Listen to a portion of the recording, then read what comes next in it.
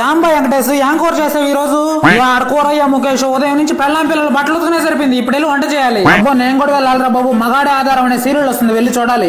ఏంటబ్బా ఇంట్లో ఒక సంవత్సరానికి ఒక సబ్బు అయిపోతుంది అనుకుంటున్నా. ఇలా వారానికి ఒకసారి స్నానం చేస్తే సబ్బు అయిపోదు. పోయిన పండగ తెచ్చా 1 కేజీ కందిపప్పు, ఈ రోజు చూస్తే ఒక్క పప్పు లేదు. ఇలా అయితే నువ్వు కాపురం చేయలేవు. మొన్న పాలవాడు పాలమ్మ అనగానే పరిగెత్తుకుంటే ఇలా ఏం పాలవాడిని ఉన్న సెట్ చేసుకుంటున్నావా? ఈ రోజు కస్టమర్ కేర్ 2 సార్లు ఫోన్ చేశాడు నీ ఫోన్ కి. ఏం కస్టమర్ కేర్ ఉన్న సెట్ చేసుకుంటున్నావా? అమ్మా నా పిల్లని సినిమా తీసుకెళ్ళమంటుంది, తీసుకెళ్లేదా?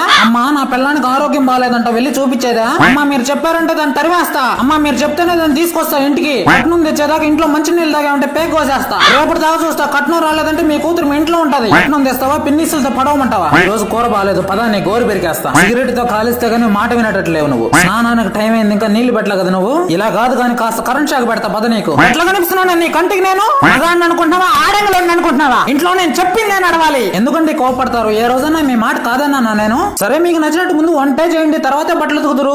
సరే అయితే